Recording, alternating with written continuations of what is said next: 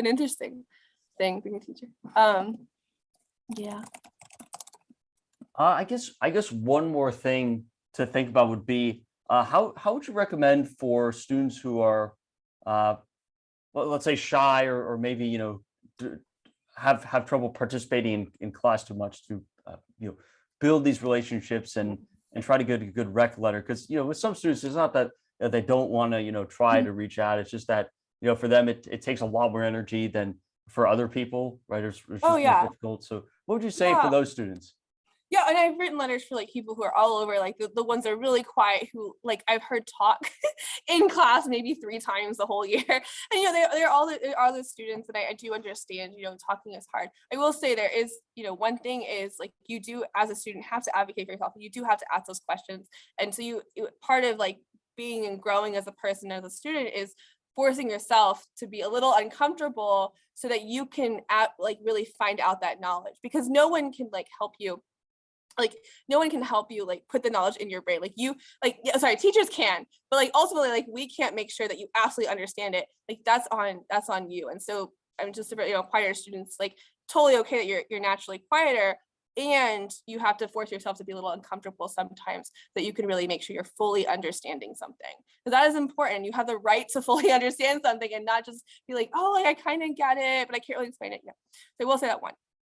2, for quieter students, look for those opportunities that a teacher isn't talking to someone else, like, maybe right before class, right after class. I've had students come up to me, hey, Miss Alina, like I drew something, these are high school students. And it's cool. And it's like, oh, that's really cool. Like, what did you draw? And like, let's talk about that, And so also look for the teachers who make the effort to get to know you, and so like who see that you're like, we can pretty much easily see like different personalities and stuff.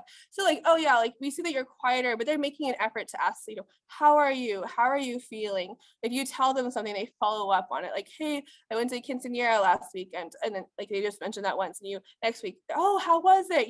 And so it's like look for those teachers that are making an effort to get to know you, and then focus on saying, okay, you know what, and this week I am going to talk to Miss Alina about something, something fun or whatever. And that's my goal. And so, if you're a quieter student, you can make those kind of goals. Like, I am going to have some kind of interaction with this teacher. Like, I'm going to show them something I drew, or I'm going to like talk with them about my essay or something. And so making those small goals can be good.